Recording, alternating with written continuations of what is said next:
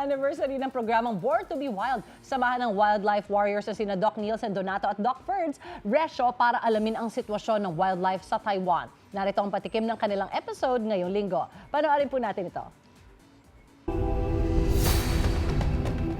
Sa bansang Taiwan, isa ito sa pinakaiingatang yaman, ang pangolin.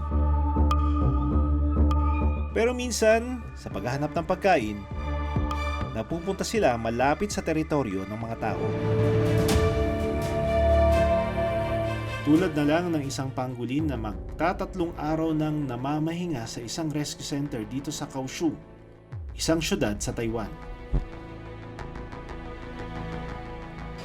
Look at the claws! Na ginagamit nila, parang hukay.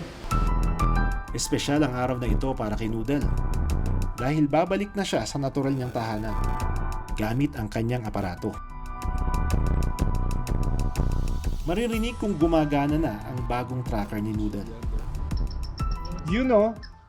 Okay. Faster and unstable.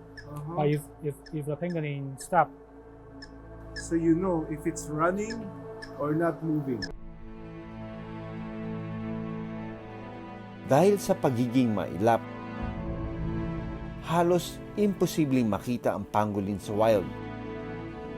Ang Wild One ay isang non-government organization na ang layunin ay matugunan ang medical na pangangailangan ng mga wildlife sa Taiwan.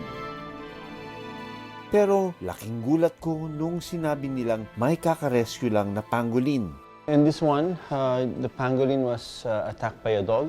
There's going to be a procedure, and this is a chamber where we will gas down the pangolin with the gas anesthesia.